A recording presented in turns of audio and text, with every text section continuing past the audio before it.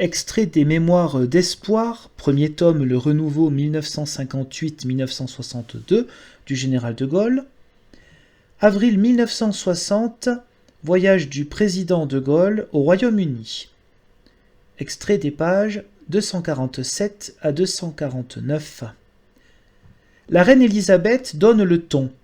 C'est ainsi qu'à notre arrivée, où elle est venue avec le prince Philippe à la gare de Victoria, me recevoir ainsi que ma femme et ceux qui nous accompagnent, et où nous traversons Londres, elle et moi, dans son carrosse découvert, la souveraine ne cesse d'encourager, de la manière la plus ostensible, par des signes et des sourires, l'enthousiasme de la foule massé le long du parcours.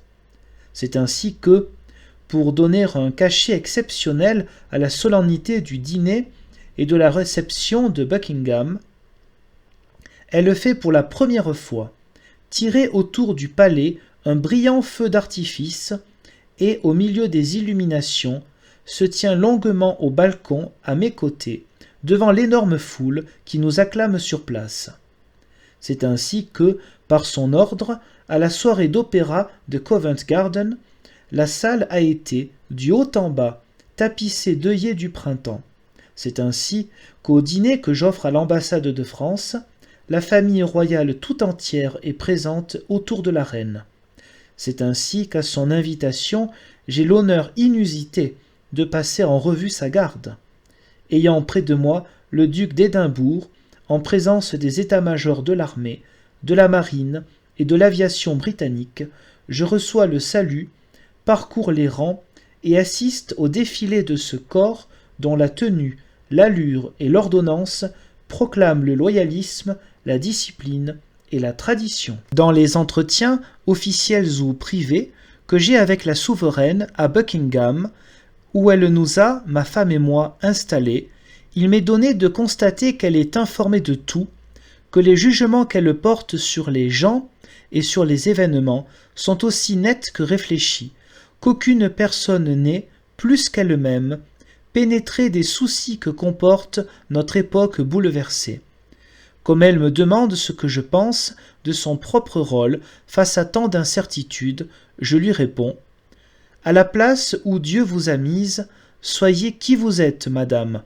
Je veux dire, quelqu'un par rapport à qui, en vertu de la légitimité, tout s'ordonne dans votre royaume, en qui votre peuple voit la patrie et qui, par sa présence et par sa dignité, l'aide à l'unité nationale. » De l'équilibre et de la stabilité, qui sont les apanages politiques de la Grande-Bretagne, j'ai sous les yeux la preuve vivante quand je suis reçu par le Parlement.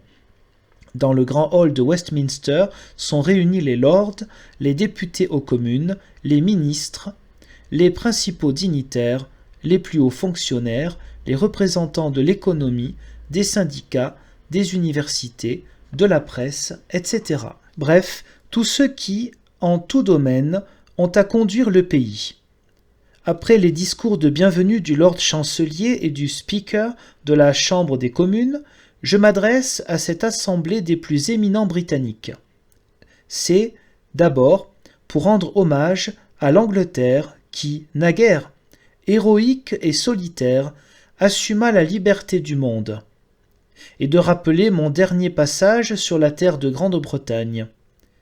Quand, à partir de vos rivages, les armées de l'Occident reprenaient pied sur le sol de la France afin de libérer l'Europe, cet événement marquait l'éclatante réussite guerrière de votre royaume et du Commonwealth.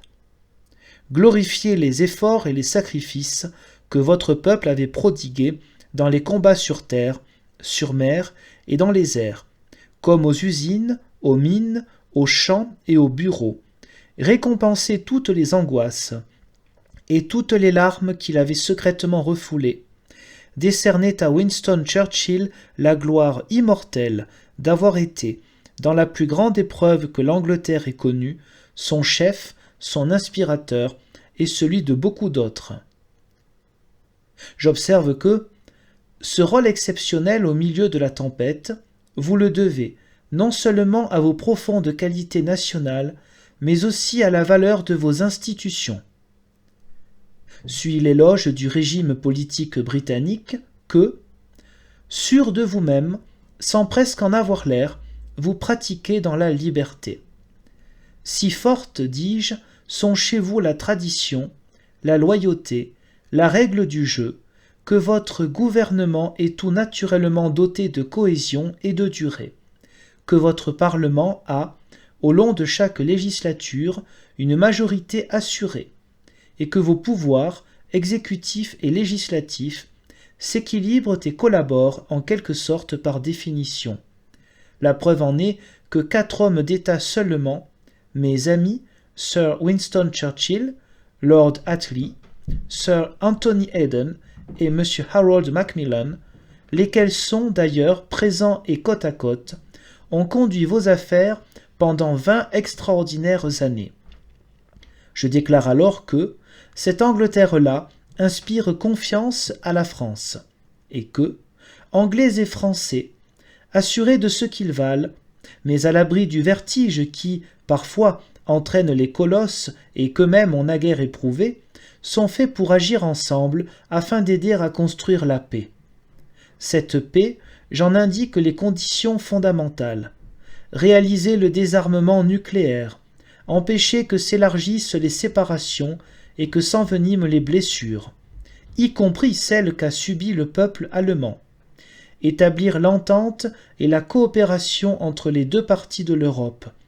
Organiser l'aide que les peuples qui ne manquent de rien doivent fournir à ceux qui manquent de tout. Enfin, ayant évoqué la réunion prochaine de la conférence au sommet, qui aura tenu pour beaucoup à l'action du Premier ministre M.